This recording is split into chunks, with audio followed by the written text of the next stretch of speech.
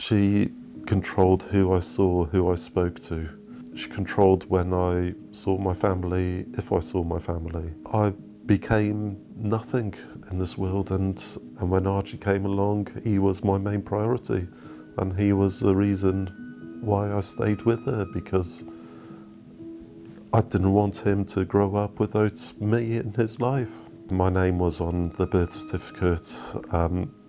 We registered him, and it was the happiest day of actually holding him and being there and knowing that this human being, this little vulnerable person, I was there to protect, and my whole life changed when he was born. Because of her conditions, I was the main carer for Archie.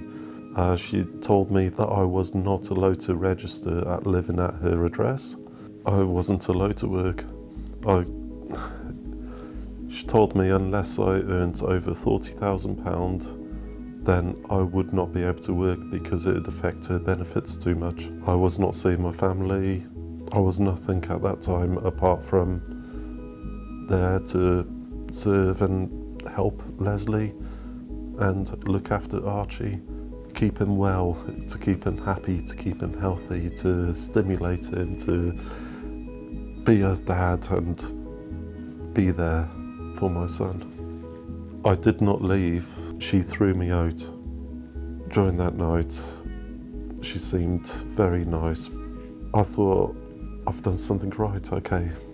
She bought a big crate of cider and she had a drink or two with me, and then she kept giving me more and more. Then all of a sudden it changed. She tried to have an argument. She started shouting. Archie started crying after I'd put him down. She got up, went upstairs. I picked up Archie to calm him down, to cuddle him, to comfort him. As soon as I held him, he cuddled to me and relaxed. Then I turned around and saw her with the baseball bat, and she saw Archie, and that's when she went back upstairs. I now know that she went upstairs to phone the police and to get me taken away. A police officer came to me, told me to give them Archie. I explained that what happened to them. They still took him off me. They then told me to leave the area. It is a one-sided statement that was given to the police. It does feel like it was a setup. She allowed me contact, and I was having a lot of contact up until the time when I removed my computer. And then all of a sudden, she stopped the contact. It was almost overnight. I had a meeting with Kafkas. There was allegations of domestic violence. I was subjected to having to prove that I wasn't. And once allegations have been made, for people to say, are they true or aren't they? One of the allegations was that I was an alcoholic, that I was a drug user. I had to have hair follicle samples and blood samples taken, and they all came back negative. Apart from my solicitor, I'd never had any involvement with Kafkas, social services, the police, the school. None of them asked my side. The court proceedings ended up that Archie was to spend 3 days with me per week, have overnight contact and be with me. I was overjoyed with that my son, for approximately half the week, was going to be with me. And those 3 days, every week, week in, week out, were special days, because I had lost my son and he was back in my life. And we did so many things.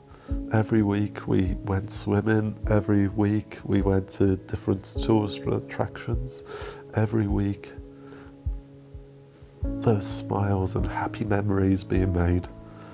She didn't adhere to the court order.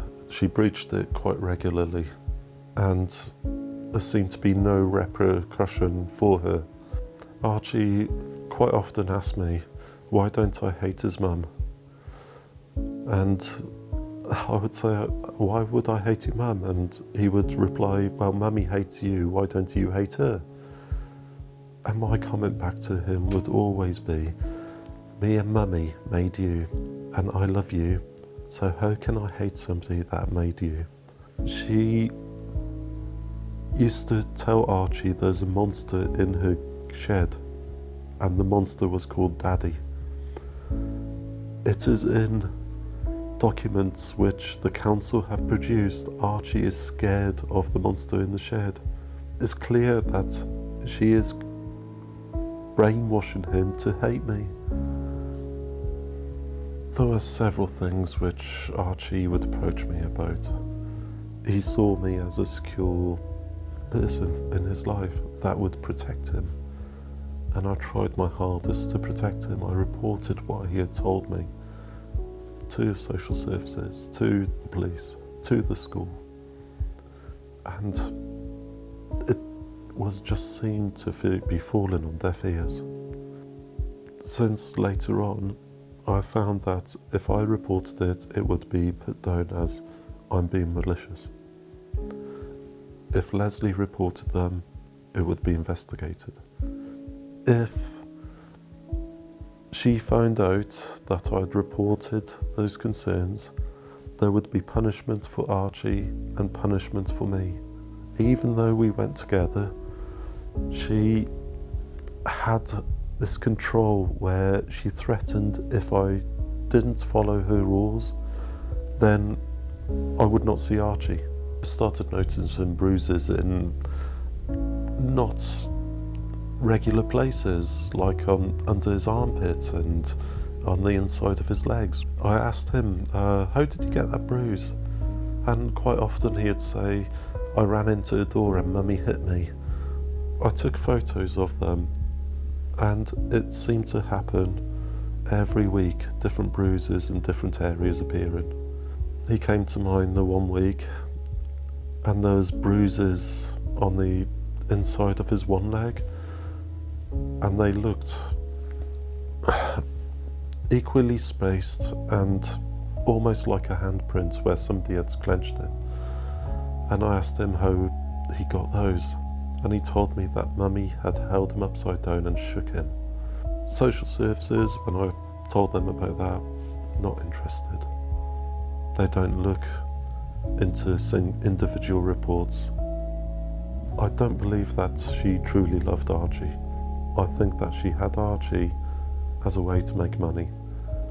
And when it came to the last court case, there was possibility that Archie would have been removed from her care, but in my care, and she would have lost the child benefit and everything else.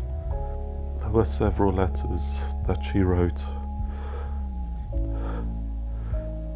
They concluded that she had wrote them possibly 2-3 weeks before, not after she had murdered him. There was letters addressed to myself, to her 2 other children, to her on-off boyfriend, and to Archie. This isn't someone that accidentally killed their son. This is somebody that premeditated, murdered their son in cold blood. They murdered a helpless young boy. They murdered a beautiful boy, all for their own selfish gain. It's changed my life forever. And the only one good thing that has come out of her, she can't hurt him anymore. She can't hurt him.